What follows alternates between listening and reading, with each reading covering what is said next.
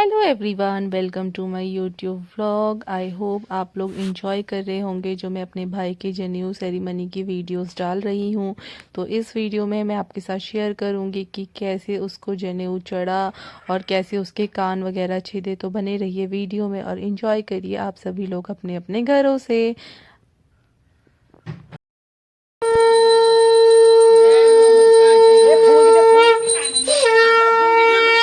एक फूल फूल दे दो। अरे आगे को दिखा के पकड़। ना फूल आगे नेट फूल हाँ ऐसे पकड़ो। आओ जी सकोना दे सकोना बेतावल जीवान को चिरंजीव सतायुष्मान भवो चिरंजीव सतायुष्मान भवः तत्प्रसादास्तु सुरेशो ध्यानं समर्पयामि।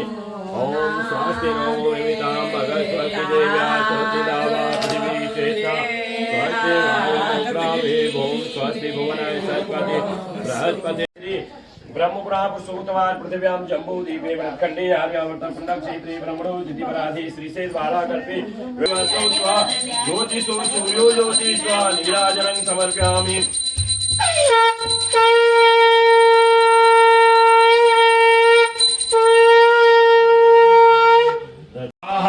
जन्म गृहीत्वा फिर हाथ में छंद ले लेना। अस्मिन् देव्यानाम् अग्नि देवता योग प्रजापति अस्मिन् सांगोता चूर्णा कृत्रि वेत्वा पूजनं का पालाचे तिलांजलि होमे विनियोगा। फिर हवन सामग्री पकड़ लेना। ओम अस्मिन् देव्यानां चासतो अस्मिन् प्रतिष्ठो अस्मिन् देव्यानां पालाचे तिलांजलि अस्मिन् जन चूर्णा देवता ये स्वाहा। जन्म गृहीत्वा फिर हाथ में छंद ले लेना। ओम गोप्ति गो गोप्तम ग्रहणं कृतम् अस्मिन् देन हाथ अस्मिन् देव्यानां प्रतिगत्वा दक्षिण कन्यावां गतिविधिफलं प्रतिगत्वा विधमासनं प्रसादास्तु सुरेशो। ठीक है, ये मिठाई रखी है। ठीक है, कान क्षेत्र में दर्द नहीं होता। ठीक है, मेरे को तो दर्द होता नहीं है, आपको ठीक है।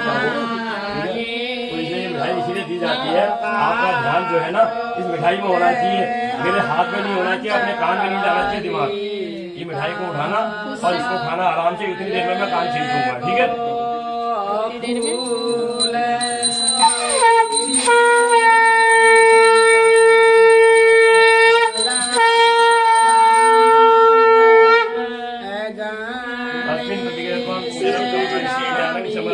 मिठाई उठाइए हाथ में अपनी और अपनी मिठाई में ही ध्यान देना है आपको। ठीक है, मेरे ओर ना ध्यान देना है और मेरे हाथ की ओर ध्यान देना है। ठीक है,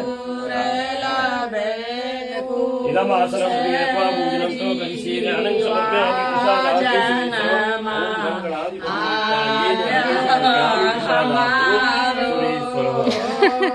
स्माइल। खाइए मिठाई खाइए आप आराम से।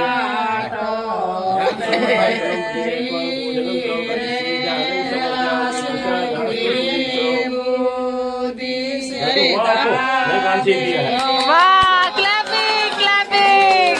पैर छू। इसकी बाली इसके अंदर डाल देना। तो इधर से ये जो खाना बना है ना खाते में डाल देना।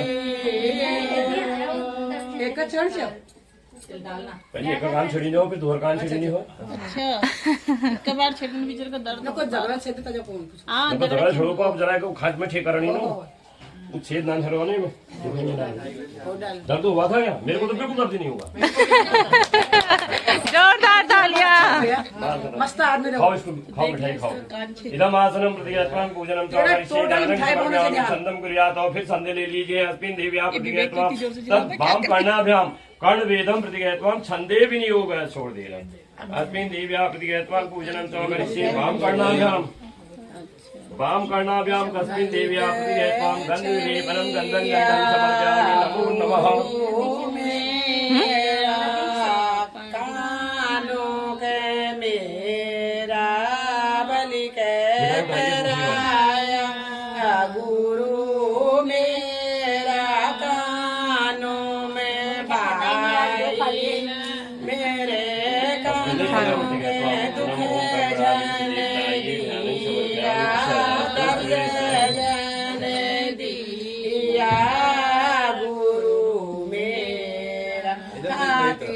तुम मेरी गुरु सा कान छेद दिया कान छेद बस हो गया। इस बारी को भी ठीक कर देना मंजू का ये बारी को भी ठीक कर दो जोरदार ताली। मम्मी थोड़ा साइड हो।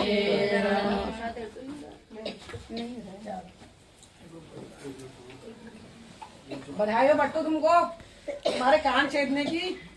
मुस्कुरा के बट्टू देखो बुआ ने एक बात बाली का था तुमको शौक तमन्ना पूरी करो। अब कैसी जाना करो बड़े बच्चों को शौक तो क्या जबरदस्ती करो। मंजू देख देख उसके बाद इधर को देख अपन आसन में बैठ जाओ थे। देख मंजू बाम भागे अब बाम में बहुत करो बैठो ऑनलाइन। हाँ बच्ची बोला अश्विन देवी आप बढ़ता है आगे। तो सबसे पहले शिक्षा आपको घर से दी जाएगी, ठीक है। इदम आसनम प्रतिक्रिया तो आपको भोजनम चौकरी से ध्यान समर्पयामि तत्संकल्पम कुर्यात्। तो हाथ में संकल्प लियो संकल्पम कुर्यात्। हरि ओम विष्णु अपरमात्मे श्री ब्रह्म ब्रह्म संकल्पम कुर्यात्। हरि ओम विष्णु अपरमात्मे श्री ब्रह्म ब्रह्म सूतमार्गव्यम जपूदीपे वरकन्यार्यावर्त ब्रह्मणो तिथिपरादे श्री सेवारा कल्पे व्यवस्था कल्पे अष्टावित्ता समेत कलयुगे कलयुग। ठीक है ये सारी पुस्तक जो है देवे आशीर्वाद बटो पासो के हमारी मातृभाषा जो है हिंदी है, हिंदी आनी चाहिए, ठीक है। हम आश्रम दत्वा सिखाइए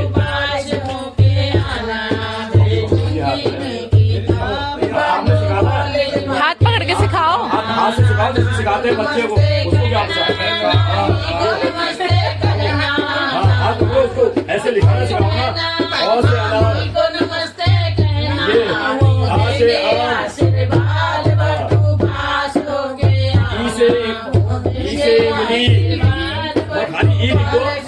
इसीलिए सत्य कहा गया है। इस 24 घंटे में से 12 घंटे का दिन है, 12 घंटे की रात होती है। इस 24 घंटे में से जो है एक बार मनुष्य सत्य वाणी बोलता है, लेकिन उस मनुष्य को पता नहीं है मैं कब बोल रहा हूँ। इसीलिए कहते हैं कि अपनी वाणी का अच्छा प्रयोग करना चाहिए। लोग गलत काम करते हैं ना, कोई भी गड़बड़ करते हैं उसके बाद सॉरी कह देते हैं। सॉरी कोई शब्द नहीं है, कहीं भी नहीं, कोई डिक्शनरी में सॉरी शब्द नहीं लिखा हुआ है।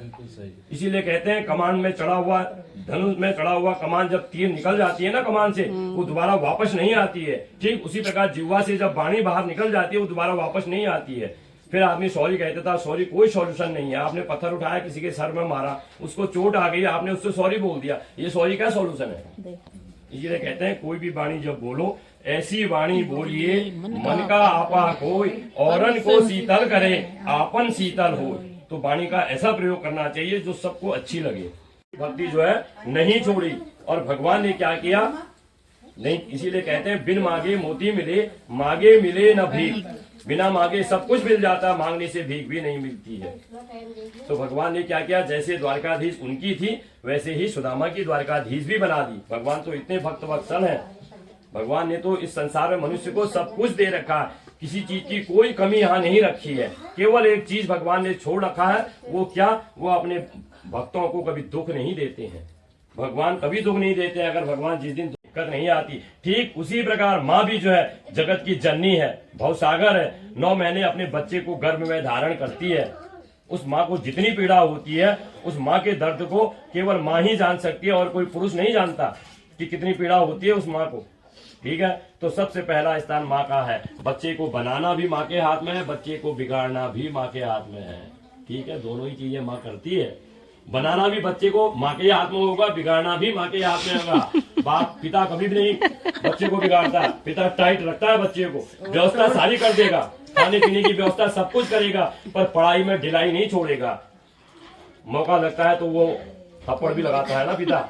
लेकिन माँ एक ऐसी है ना, कहती मेरे बेटे को हाथ मत लगाओ, माँ झील देती है। ऐसे बच्चे बिगड़ते हैं। अगर पिता मारता है तो माँ झील देती है ना, क्यों मारा आपने मेरे बेटे को। पर ऐसा गलत है, ये पढ़ाई में कभी वो नहीं होना चाहिए लापरवाही। ठीक है, बच्चा ऐसे ही बनता है, ऐसे ही बिगड़ता है। तो सबसे पहले स्थान माँ का। और भागवत में कहा भी गया है, हे मनुष्य तू इस जन्म में तो अपने माँ के ऋण को क्या तार पाएगा। अगर तू इस पृथ्वी में 7 बार भी जन्म लेता है तब भी माँ के ऋण को नहीं तार पाएगा, क्योंकि माँ की कीमत इतनी अनमोल होती है जिसका कोई मोल इस संसार में नहीं है। ठीक है। दूसरा स्थान पिता का होता है, पिता अपने बच्चे का लालन पालन करते हैं। तब तीसरा स्थान होता है गुरु का, गुरु उसको शिक्षा और राह दिखलाते हैं। तब कहीं चौथा स्थान आता है भगवान का, भगवान उसकी रक्षा करते हैं। तो सबसे पहले माँ का स्थान, माता पिता की सेवा करो, उनका ध्यान करो, तो चारों धाम जो है वही पूर्ण हो जाते हैं। कहीं आवश्यकता नहीं है ये प्रयागराज, गंगाराज, इधर उधर जाने की, कहीं जाने की कोई जरूरत नहीं बनती है। ठीक है, अगर माँ बाप की सेवा कर दोगे तो चारों धाम आपको मिल जाएंगे। आजकल तो ऐसे ऐसे लोग हैं वृद्धाश्रम बना दिए हैं, अपने आप घूम रहे हैं, माँ बाप को वहां डाल दिया वृद्धाश्रम में। धिक्कार है उन बेटों को, ऐसे से तो न होना अच्छा है जो अपने माँ बाप को वृद्धाश्रम में डाल रहे हैं। क्या फायदा है ऐसे बेटों का? तो ऐसा कभी नहीं करना चाहिए। और जो आदमी माँ बाप का पालन पोषण, उनके नियमों का पालन नहीं करता, वो जिंदगी में कभी सक्सेसफुल भी नहीं हो पाता है, हमेशा भटकता रहता है, दिन भर परेशानी रहता है। ठीक है, इसलिए जो है ध्यान रखना चाहिए। ठीक है, बाकी तो ज्ञान आपको सब कुछ है, बाकी ज्ञान देने की आवश्यकता भी नहीं है। ठीक है, इदम आसनम दत्वा ओम सरस्वती नमः। भारद्वाज गोत्रोत्पन्नो तथा कन्या राशि पांचुश्रम अस्मिन् देव्या भारद्वाज गोत्रोत्पन्नो ज्येष्ठ पुत्र से वृक्ष राशि वंशीधा श्रम सपत्नी को हम कह लेना। भारद्वाज गोत्रोत्पन्नो कनिष्ठ पुत्र से कुंभ राशि गोपाल श्रम सपत्नी को हम कह लेना। अस्मिन् बालकस्य पुत्र से तुला राशि राहु, अस्मिन् बालिकां कन्यायां तुला राशि ऋतु, अस्मिन्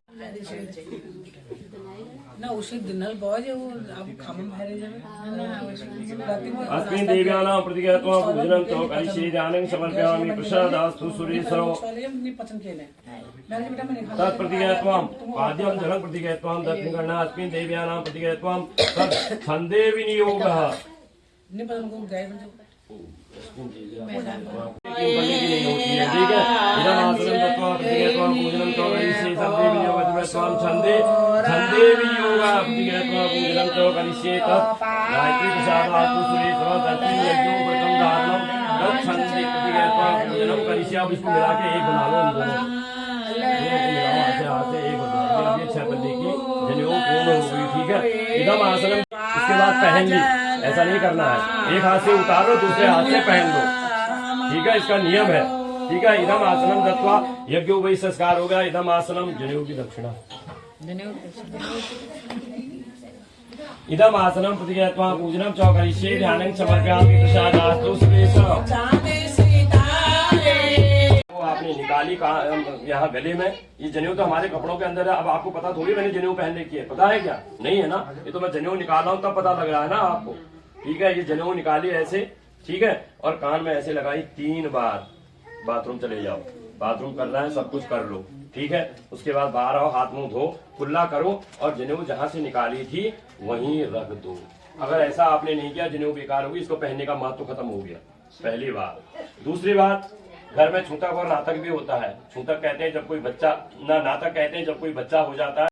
यहाँ पे पंडित जी ने बड़े ही सुंदर तरीके से तुषार को जनेऊ के सारे नियम बताए कि कैसे धारण करना है और क्या क्या सिस्टम सारा फॉलो करना है। आई होप आप सभी लोगों ने भी अपने घरों से देखा होगा और एंजॉय किया होगा। Thanks for the watching.